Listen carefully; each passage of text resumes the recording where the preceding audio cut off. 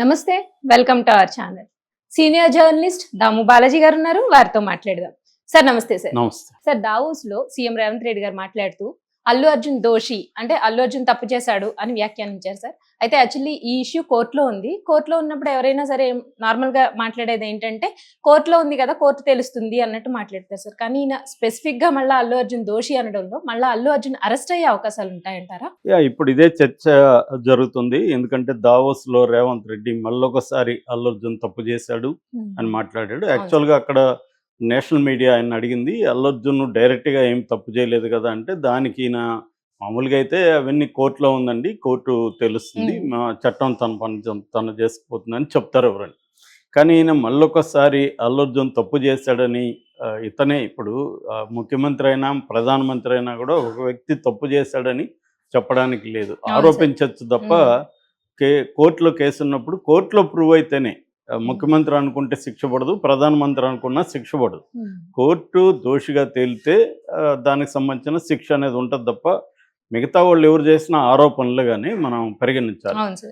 కానీ ఇక్కడ అల్లు అర్జున్ విషయంలో మొదటి నుంచి కూడా ఏమైందంటే, కోర్టు తన పని తాను చేసుకునివ్వకుండా, చట్టం తన పని తాను చేసుకునివ్వకుండా పాలిటిక్స్ దీంట్లోకి ఎంటర్ అయ్యి పోలీసులు కూడా డైరెక్ట్గా పబ్లిక్ లేక్ వచ్చేసి ఇతను తప్పు చేశాడని నిరూపించడానికి పోలీసులు కూడా ట్రై చేశారు. అల్లు అర్జున్ తప్పు చేశాడని అసెంబ్లీలోనే ఆయన ఒక సీఎం చెప్పడం కూడా విచిత్రంగా అందరికి అనిపించింది.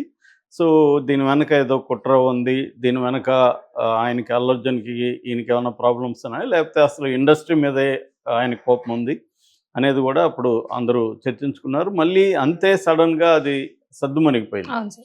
సో ఇప్పుడు ఈయన మళ్ళీ ఇక్కడ అడిగినప్పుడు ఆయన ఏం చెప్పాడంటే, అల్లు అర్జున్ డైరెక్ట్గా తప్పు చేయలేదని అడిగినప్పుడు విలేకరి, లేదు ఆయనకి 2 రోజులకు ముందే అక్కడికి రావడానికి పర్మిషన్ రద్దు చేశారు, అయినా కూడా వచ్చాడు, అట్లాగే వాళ్ళ సెక్యూరిటీ జనాల్ని తోశారు, ఆ తోపులాట్లో చనిపోయాడని చెప్పాడు.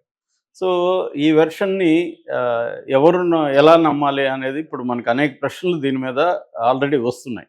ప్రశ్నలు ఏంటంటే, ఎవరికి నిరాకరించారు పర్మిషన్? అల్లు అర్జున్కి నిరాకరించారా, లేకపోతే థియేటర్కి నిరాకరించారా, థియేటర్ వాళ్ళు అల్లు అర్జున్కి చెప్పారా? ఇవన్నీ ప్రశ్నలు ఉన్నాయి. ఇవన్నీ తేలాల్సింది ఇక్కడ కోర్టులో. అవేవి తేలకుండా ఈయన ఎలా చెప్తున్నాడు రేవంత్ రెడ్డి, అల్లు అర్జున్కి పర్మిషన్ నిరాకరించారంటే అల్లు అర్జున్ రావడానికి పర్మిషన్ పెట్టుకున్నాడు, నిరాకరించారన్నట్టుగా ఆయన చెప్తున్నాడు. నిజానికి అల్లు అర్జున్కి అవేం తెలియదు అనేది అల్లు అర్జున్ వెర్షన్. అల్లు అర్జున్ ఏమని చెప్తున్నాడు, నన్నెవరు పర్మిషన్ లేదా అనేది నాకెవరు చెప్పలేదు, పర్మిషన్ ఉందని చెప్పారు. ఎందుకంటే వీళ్ళు థియేటర్ వాళ్ళు ఫస్ట్ పర్మిషన్కి అప్లై చేసుకున్నప్పుడు ఏసీపీ సంతకం చేసి ఇచ్చాడు, అక్నాలెడ్జ్ చేసి ఇచ్చారు. మళ్ళీ మేము పర్మిషన్ క్యాన్సిల్ చేస్తాము, రావద్దని చెప్పండి అని చెప్పారని వీళ్ళు అంటున్నారు. ఇవన్నీ తేలాల్సింది. మరి ఫస్ట్ బెయిల్ అప్పుడు అవే పెట్టలేదు వీళ్ళు. సెకండ్ మరి ఈయనకి బెయిల్ రద్దు చేయండి, బెయిల్ ఇవ్వకండి అని చెప్పేటప్పుడు కూడా క్రిమినల్ కోర్టులో ఈ వాదనలు గట్టిగా వినిపించుంటే ఆయనకి అసలు బెయిల్ వచ్చేదే కాదు.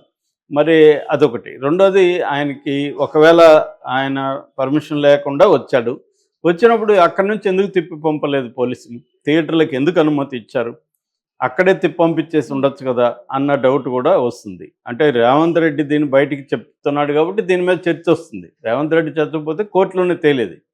ఇది ఎప్పుడైతే పబ్లిక్ అల్లు అర్జున్ని దోషిగా నిరూపించాలని కాంగ్రెస్ పార్టీ కావచ్చు, పోలీసులు కావచ్చు ట్రై చేశారో అప్పుడు దానికి కౌంటర్ వాదనలు కూడా వస్తాయి. లేనప్పుడు ఇవన్నీ కూడా తేలాల్సింది ఎక్కడ కోర్టులో. కాకపోతే ఈ మధ్య ఏమైందంటే, ప్రతిదీ కోర్టులో తేలకముందే మీడియా వాళ్ళని, మీడియాలో కావచ్చు, పబ్లిక్లో పొలిటికల్ పార్టీలు కావచ్చు, ఎవరు దోషో చెప్పేసి శిక్షలు కూడా వాళ్ళకి వేసేయడం అనేది జరుగుతుంది. మనకి ప్రతి సంఘటనలో అదే జరుగుతుంది.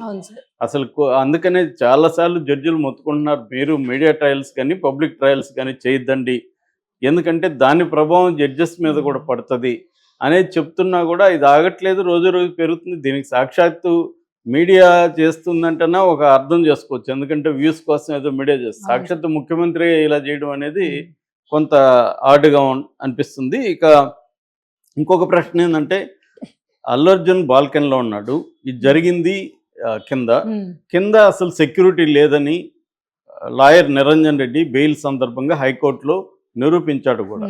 ఎందుకంటే దాంట్లో రిమాండ్ రిపోర్ట్లోనే వాళ్ళు ఏం చెప్పారంటే, మేము ఆ తొక్కిసలాట కింద జరిగినప్పుడు పైనుంచి పోలీసులు కిందకి వెళ్ళారని, కింద లేరని పైన అల్లు అర్జున్ చూడడానికి పోలీసులు కూడా అక్కడికే వచ్చారనేది కూడా ఆయన నిరూపించాడు అక్కడ కోర్టులో. అందుకనే బెయిల్ రావడానికి ఇవన్నీ కారణం అక్కడ. ఇప్పుడు రేవంత్ రెడ్డికి ఎదురయ్యే ప్రశ్న ఏంటంటే, మరి కింద పోలీసులు వీళ్ళ తొక్కిసలాట అంటున్నారు. అది పోలీసులు ఎక్కడ ఆరోపించలా.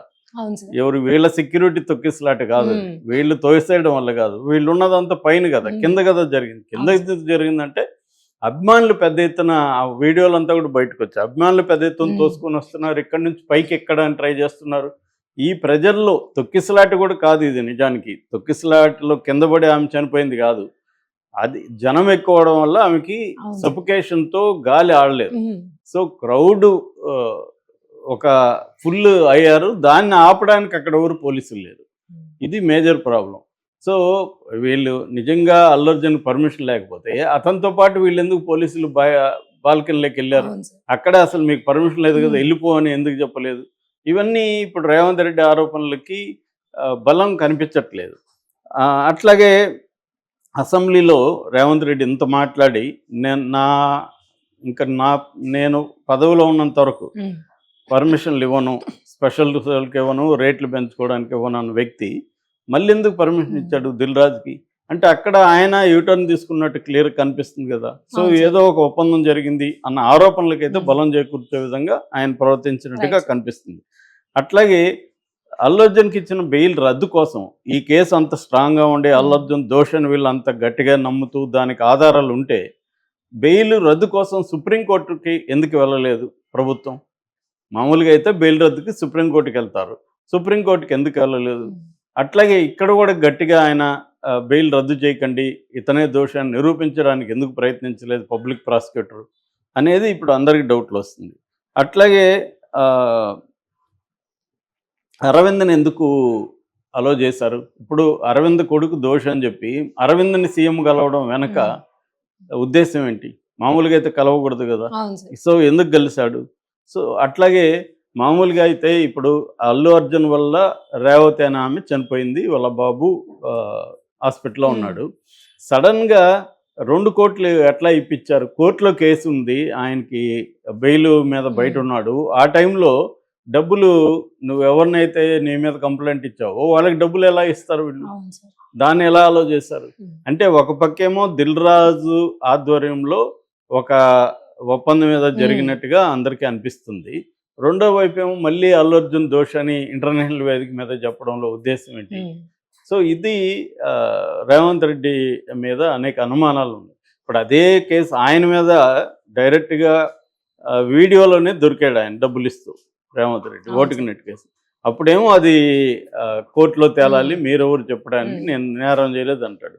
మరి ఇదే అల్లు అర్జున్ అసలు అల్లు అర్జున్కి డైరెక్ట్గా సంబంధం లేదు. అల్లు అర్జున్ ఏంటంటే తన సినిమా చూడడానికి వెళ్ళాడు, దాంట్లో తొక్కిసలాట జరిగింది, దాంట్లో అతని పాత్ర ఏంటనేది కోర్టులో తేలుతుంది. మామూలుగా అయితే ఇదే సిమిలర్ కేసు షారుఖ్ ఖాన్ విషయంలో సుప్రీంకోర్టు ఒక హీరో కానీ స్టార్ కానీ వెళ్ళినప్పుడు క్రౌడ్ కంట్రోల్ అనేది పోలీసుల పని కానీ హీరో పని కాదు అనేది సుప్రీంకోర్టు చెప్పి అతన్ని వదిలేసింది. ఇంకా దాంట్లో షారుఖ్ ఖాన్ టీషర్ట్లు అవన్నీ కూడా విసిరేస్తాడు, అంటే ప్రోయాక్టివ్గా ఉన్నాడు. దీంట్లో అది కూడా లేదు, తను వచ్చి సినిమా చూసి వెళ్ళిపోయాడు. సో ఇక్కడ క్లియర్గా ఏంటంటే థియేటర్ యాజమాన్యం లోపం కానీ లేకపోతే పోలీసుల లోపం కానీ కనిపిస్తుంది. సో వీళ్ళు పోలీసులు నిజంగా థియేటర్ యాజమాన్యానికి చెప్పారా లేదా, చెప్పితే కూడా వీళ్ళు అల్లు అర్జున్కి చెప్పలేదా, ఇవన్నీ కోర్టులో తేలాల్సి ఉంది. కానీ కోర్టులో తేలకుండా మళ్ళీ ఇంటర్నేషనల్ వేదిక నేషనల్ మీడియాతో కూడా మళ్ళీ చెప్పడం వెనుక సో రేవంత్ రెడ్డి ప్లాన్ ఏంటి?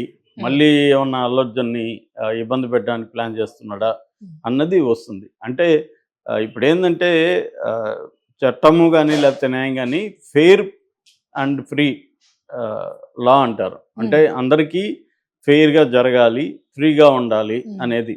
కానీ అది ఒక్కోసారి బూత్ మాటలాగా అనిపిస్తుంది. ఎందుకంటే ఆచరణలో ఎప్పుడో జరగదు. ఆచరణలో డబ్బు, పలుకుబడి, అధికారం వీళ్ళ ఉన్న వాళ్ళకి న్యాయం ఒక రకంగా పనిచేస్తున్నట్టుగా కనబడుతుంది. పేదలకి, అధికారం లేని వాళ్ళకి, లేకపోతే ప్రతిపక్షంలో ఉన్న వాళ్ళకి వేరే రకంగా కనిపిస్తుంటుంది. సో ఆ రకంగా ఇక్కడ అందరికీ అర్థమైంది ఈ విషయం.